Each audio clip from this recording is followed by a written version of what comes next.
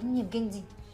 جندي ده نصاب، لكن انا بس ظروفي صعبه. وهو يانج ده يعني ابن خالتنا اللي هاجرت زمان الصين؟ ما تنحريش في قلبك يا فراولة يا حبيبتي على الفاضي. ان شاء الله الشركة بكرة تقوم لها قومة وتبقى شركة قد الدنيا، وكل اللي مشوا دول هيرجعوا يتحايلوا عليك ويبوسوا ايدك ان هم يرجعوا، واحنا ساعتها اللي هنقول لهم لا.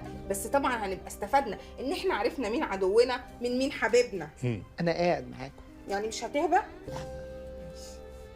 والله انا خايفه يطلعوا هم اللي صح. تقولي ايه؟ لا ولا حاجه، بكلم نفسي.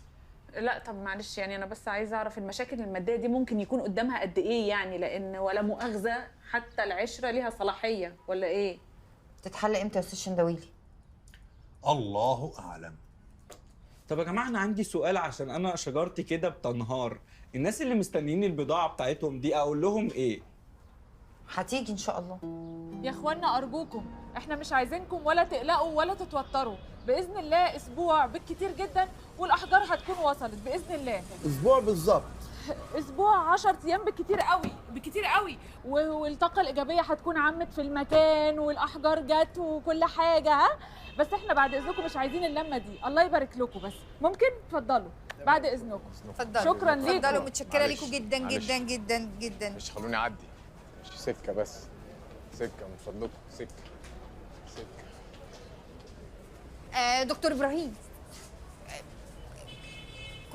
كنت عايزه اعتذر لحضرتك على يعني سوء تفاهم اللي حصل المره اللي فاتت. انا كنت بايخه قوي بصراحه.